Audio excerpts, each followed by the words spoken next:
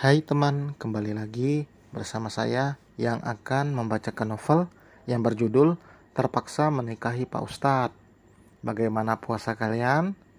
Semoga diberi kelancaran, semoga mendapatkan pahala dan kebaikan tentunya untuk kita semua. Amin ya rabbal alamin.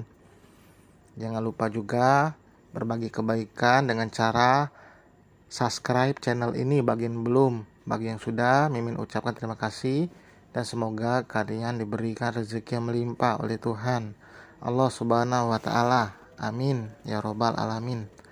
Baiklah, langsung saja kita mulai. Bab 80.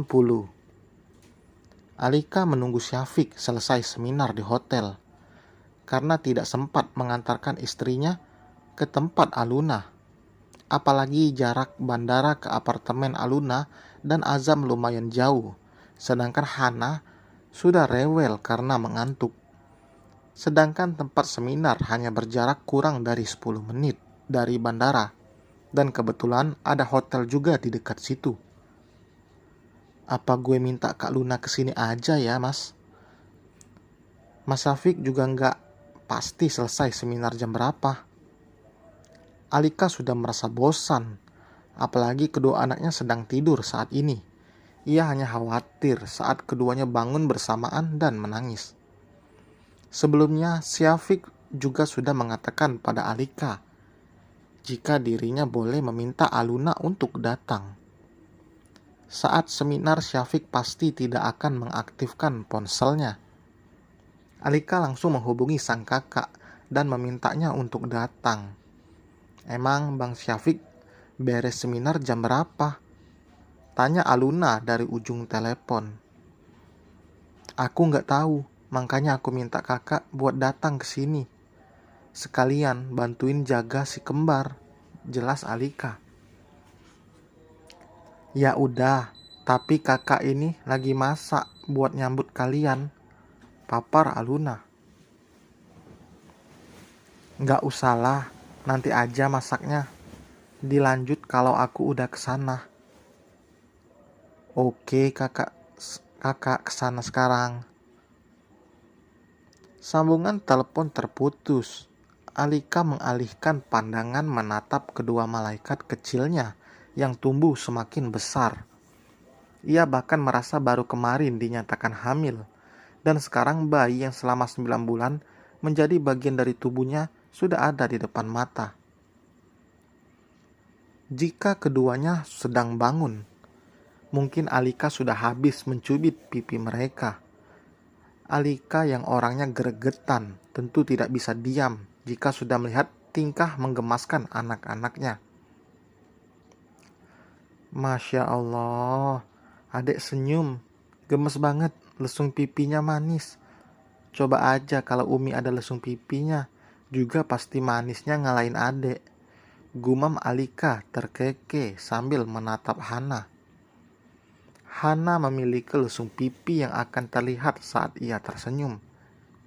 Tingkahnya yang masih terkadang seperti anak kecil tidak menyurutkan semangat Alika untuk merawat kedua anaknya dengan baik.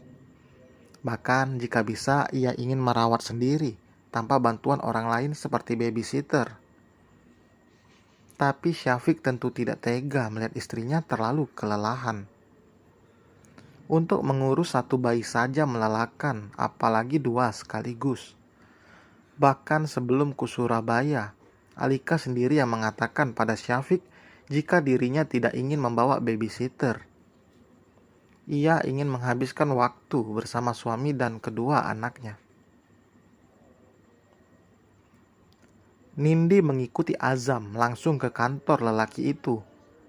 Ia tidak akan bisa tenang jika belum mengobrol dengan Azam dan menyelesaikan semuanya.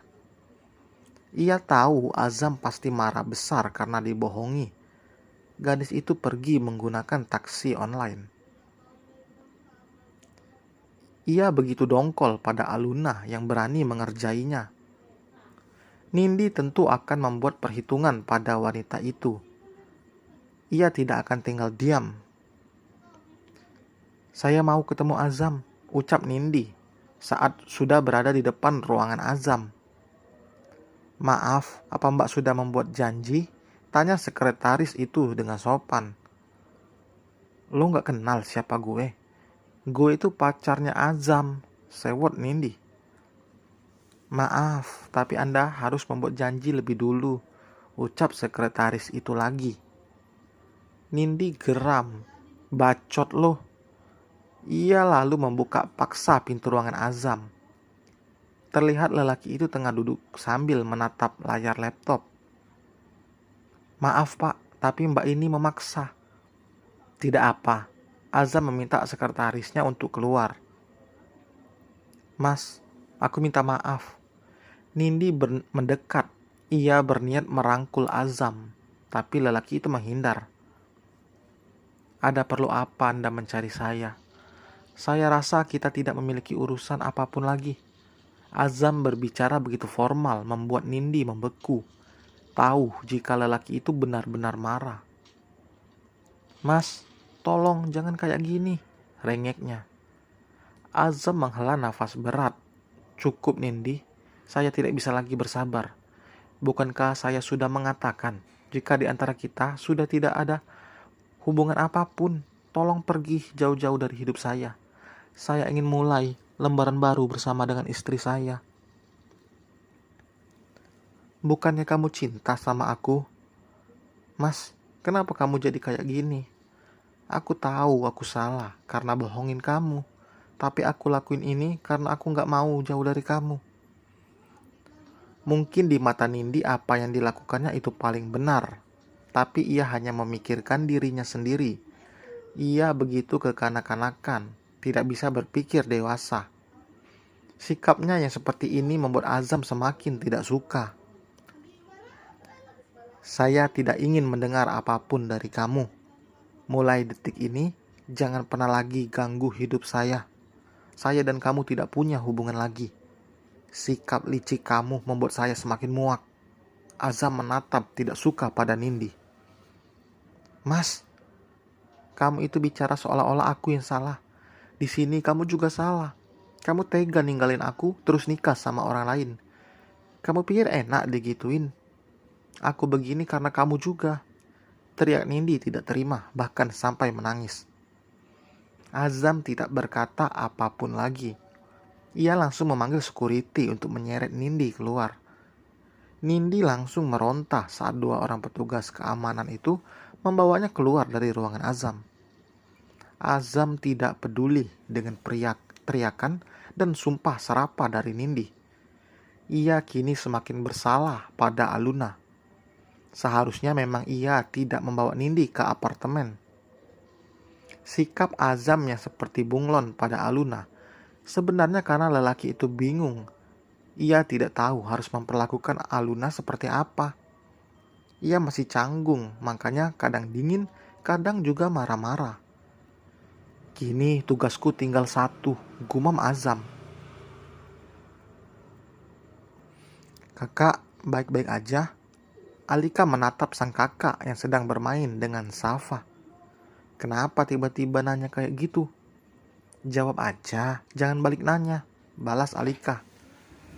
Kamu pikir kakak kenapa kah? Kakak baik-baik aja kok. Sehat, nggak sakit, papar Aluna. Alika menghela napas panjang. Maksudku bukan itu, Kak. Aluna menaikkan sebelah alisnya. Terus apa? Kakak sama Bang Azam baik-baik aja kan? Kalian nggak ada masalah? Kalian nggak ada lagi berantem? Berondong Alika. Meski Aluna tidak cerita, tetapi Alika merasakan jika sang kakak tidak dalam keadaan baik. Sama halnya seperti Alika, Aluna juga tidak akan mungkin menceritakan aib rumah tangganya, meskipun pada adik atau ibunya sendiri. Masalah rumah tangga itu hanya untuk konsumsi pribadi, tidak ada yang boleh tahu soal itu. Alika juga sebenarnya mengerti hukum menceritakan masalah rumah tangga.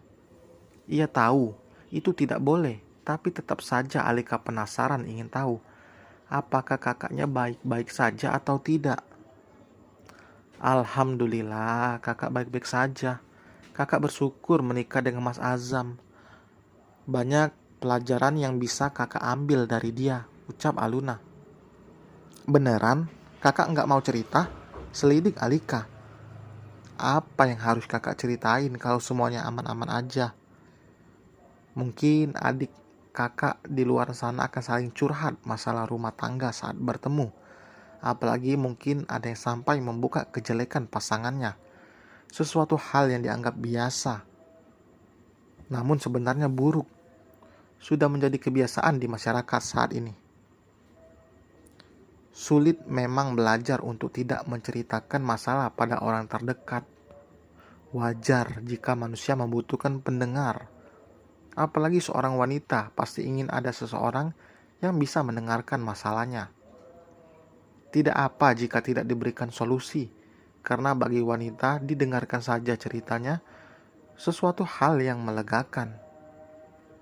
Terkadang sibuk mencari orang yang mau mendengarkan, tapi lupa jika Sang Maha Penyayang akan selalu mendengarkan apa yang diceritakan oleh hambanya.